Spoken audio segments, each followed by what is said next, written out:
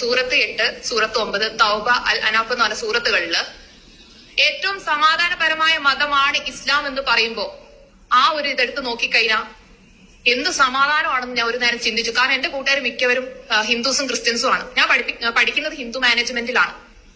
അപ്പം ആ ഒരു ഇതെടുത്ത് നോക്കിക്കഴിഞ്ഞപ്പോ സൂറത്തുൽ അൽ അനാഫിൽ പറയുന്ന കാര്യങ്ങൾ എന്താന്ന് വെച്ച് കഴിഞ്ഞാല് കുഴപ്പമില്ലാതാവുകയും മതം മുഴുവൻ അള്ളാഹുവിലേക്ക് ആവുന്നത് വരെ നിങ്ങൾ യുദ്ധം ചെയ്യുക എന്നാണ് സത്യവിശ്വാസികളോട് അവരുടെ പഠിച്ചവൻ പറഞ്ഞു കൊടുത്തിട്ടുള്ളത്. നബിയോട് സത്യവിശ്വാസികളെ യുദ്ധം ചെയ്യാൻ വേണ്ടി പ്രോത്സാഹിപ്പിക്കാനാണ് പറഞ്ഞിട്ടുള്ളത്.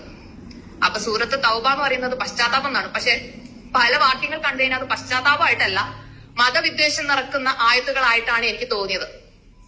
എന്താണ് പറയുന്നത്? വിലക്കപ്പെട്ട മാസങ്ങൾ ഒഴികെ ബാക്കി മാസങ്ങളില് ബഹുദൈവ വിശ്വാസികളെ കണ്ടെത്തിയെടുത്ത് കൊല്ലണം.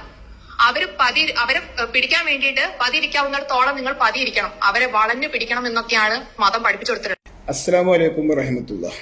ഇത് ഹാരിഫ് ഹുസൈന് കുറേ കൊണ്ടു നടന്നതാ, കാലങ്ങളോളം കൊണ്ടു നടന്നു. സൂറത്ത് തൗബയിലായത്ത് ഇത് എവിടെയെങ്കിലും ഒന്ന് ചെലവാക്കി കിട്ടാനായിട്ട് ഹാരിഫ് ഹുസൈന് പഠിച്ച പണി 18 നോക്കിയതാ. എന്ത് തെറ്റില്ല, ആ പരിപ്പ് എവിടെയും വന്നില്ല. ഇപ്പൊ ഈ ഒരു പെണ്ണ് ആരെന്താന്നുള്ള അറിയില്ല. ഈ ഒരു ആയത്ത് കണ്ടിട്ടാണ് മതം വിട്ടത് എന്ന് ആ വീഡിയോസിൽ ക്യാപ്ഷൻ കൊടുത്തിട്ടുണ്ട്. പരിശുദ്ധ ഖുർആനിൽ ബഹുദൈവ വിശ്വാസികളെ കണ്ടവിടത്ത് വെട്ടിക്കൊല്ലണം എന്ന് ഖുർആനിലുണ്ട്. അപ്പോൾ ഈ പെണ്ണിന്റെ കുറേ സുഹൃത്തുക്കളൊക്കെ ഹിന്ദുക്കളാണ്. ഞമ്മക്കെന്ത് ഹിന്ദുക്കളെന്ന് സുഹൃത്തുക്കളില്ലേ? ലോകത്ത് ഇവർക്ക് മാത്രമുള്ളൂ സുഹൃത്തുക്കള്. ഇപ്പൊ പരിശുദ്ധ ഖുർആനിൽ അങ്ങനെ ഉണ്ട് എന്ന് ഓൾക്ക് മനസ്സിലായിട്ടുള്ളത് അങ്ങനെയാണ്. ആർക്ക്? ഈ പെണ്ണിന്. ഹാരിഫ് ഹുസൈന് വിഷയം പറയുന്നത് ഹാരിഫ് ഹുസൈന് മനസ്സിലായിട്ടുള്ളത് അങ്ങനെയാണ്.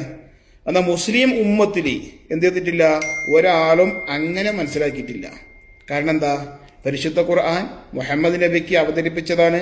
മുഹമ്മദ് നബിയിൽ നിന്ന് ആയത്ത് കേട്ടു പഠിച്ച സഹാബാക്കളോ താബീങ്ങളോ തബിതാബീങ്ങളോ 1400 കൊല്ലം മുസ്ലിം ഉമ്മത്തിൽ ഒരു ഇസ്ലാമിക മതവിശ്വാസിയും എന്ത് ചെയ്തിട്ടില്ല, പരിശുദ്ധ ഖുർആനിൽ ബഹുദൈവ വിശ്വാസികളെ കണ്ടവിടത്ത് വെച്ച് വെട്ടിക്കൊല്ലണമെന്ന് ഖുർആനിൽ നിന്ന് ഒരു വിശ്വാസികളും മനസ്സിലാക്കിയിട്ടില്ല.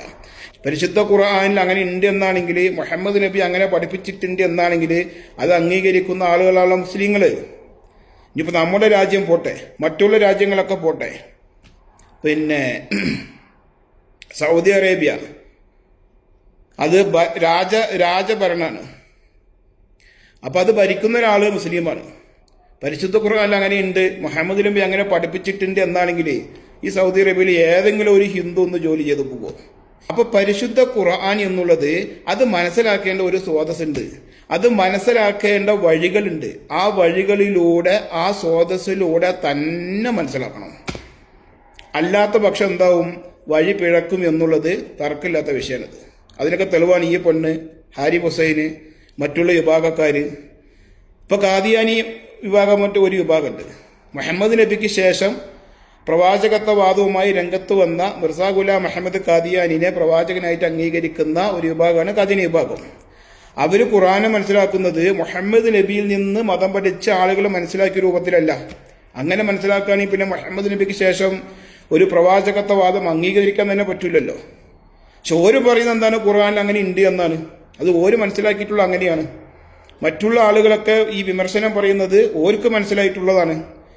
യഥാർത്ഥ ഒരു വിശ്വാസിയെ സംബന്ധിച്ചിടത്തോളം പരിശുദ്ധ ഖുർആൻ അത് മനസ്സിലാക്കേണ്ട, പഠിക്കേണ്ട വഴികളിലൂടെ സ്രോതസ്സിലൂടെ തന്നെ മനസ്സിലാക്കണം, പഠിക്കണം എന്നുള്ളത് മുസ്ലിമിനെ സംബന്ധിച്ചിടത്തോളം നിർബന്ധമാക്കപ്പെട്ട കാര്യമാണ്. മനസ്സിലാവുന്നുണ്ടോ? ഒരായത്ത് മുഹമ്മദ് നബിക്ക് അവതരിച്ചു, അത് മുഹമ്മദ് നബി ഓതി വിശദീകരിച്ചു, സഹാബാക്കളാണ് നേർക്കുനേർ കേട്ടത്. മുഹമ്മദ് നബിയിൽ നിന്ന് സഹാബാക്കൾ അങ്ങനെ മനസ്സിലാക്കിയിട്ടുണ്ടോ? പരിശോധിക്കണം. താബീങ്ങൾ അങ്ങനെ മനസ്സിലാക്കിയിട്ടുണ്ടോ? പരിശോധിക്കണം. തബിതാബീങ്ങൾ അങ്ങനെ മനസ്സിലാക്കിയിട്ടുണ്ടോ? പരിശോധിക്കണം. ഇല്ല എന്നാണെങ്കിൽ ആ ആയത്തിന്റെ അർത്ഥം ഒരു മനസ്സിലാക്കിയ രൂപത്തിലല്ല എന്നാണ് അതിൽ നിന്ന് മനസ്സിലാക്കേണ്ടത്. അല്ലാഹു തആല ഹക്ക് മനസ്സിലാക്കാൻ, സത്യം മനസ്സിലാക്കാൻ തൗഫീഖ് നൽകി അനുഗ്രഹിക്കുമാറാവട്ടെ. അസ്സലാമു അലൈക്കും വറഹ്മത്തുള്ളാഹി.